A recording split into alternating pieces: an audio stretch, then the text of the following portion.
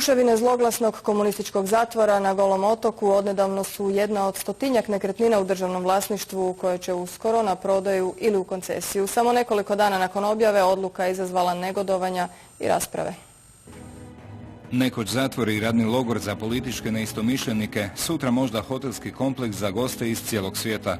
Za one koji drže do pijeteta prema žrtvama, skandalozno. Mislim da je tamo nemoguće razvijati nešto drugo osim jednog specifičnog vida turizma koji bi uključivao jedan suvremeni centar za izučavanje demokracije. Barem jedan dio Gologa otoka se treba pretvoriti u memorijalni centar iz razloga što se tamo dogodili zločini kao u svakom koncentracionom logoru. Potkraj 40. i tijekom 50. godina prošlog stoljeća kroz Goli otok prošlo je oko 13.000 zatvorenika. Probijali su u neljudskim uvjetima, njih oko 400 nije preživjelo.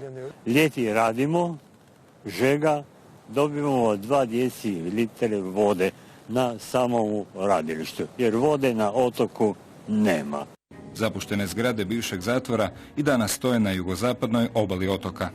Mi u svakom slučaju mislimo i očekujemo da će Goli otok morati biti memorijalni centar uz kojeg mogu ići i turistički sadržaj. Tamo ima nekoliko milijuna kvadratnih metara zemljišta i ima apsolutno prostora za sve.